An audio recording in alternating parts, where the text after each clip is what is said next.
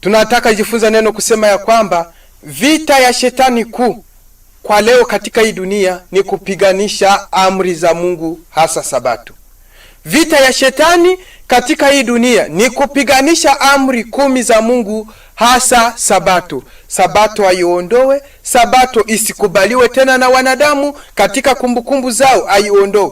Ndio maana watu kwa leo hawajui kitu wanaita nini Sabato ya Mungu. Hakuna pumziko katika hii ulimwengu itakayopoteza watu, sawa vile Jumapili, sawa vile Ijumaa, watu wanaikataa Sabato. Lakini Sabato ni alama ya Mungu kati yake na watoto wake. Ndio maana shetani anajua ya kwamba watu wanaoshika amri 10 za Mungu wakiendelea kuzishika watapata uzima wa milele. Lakini kama kuna kitu atakachokileta hapa duniani, wanadamu wavunje amri za Mungu, wala hawatapata uzima wa nini?